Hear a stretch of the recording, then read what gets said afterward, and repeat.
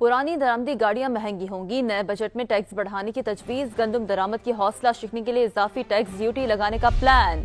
Tractors और कीड़े मार अद्वियात पर भी टैक्स छूट खत्म किए जाने का इम्कान है। IMF के मुतालिबे पर सेल्स टैक्स और इनकम टैक्स छूट मरहलावार खत्म करने की तजवीज पर नए बजट से अमल दरामद शुरू होगा। बात कर लेते हैं इस्लामाबाद में समा के नुमाइंदा खुसूसी शकील अहमद ने हमें ज्वाइन किया है। शकील, अपडेट कीजिएगा। देखिए, साल 2024-25 का जो बजट है उसके लिए मुख्तलिफ बजट जो प्रपोजल्स हैं वो तैयार की जा रही हैं। टैक्सेस में रद्दबदल किया जाएगा और आइंदा बजट में सेल्स टैक्स और इनकम टैक्स की रियायतें और छूट मरहलावार खत्म करने की तजवीज़ है।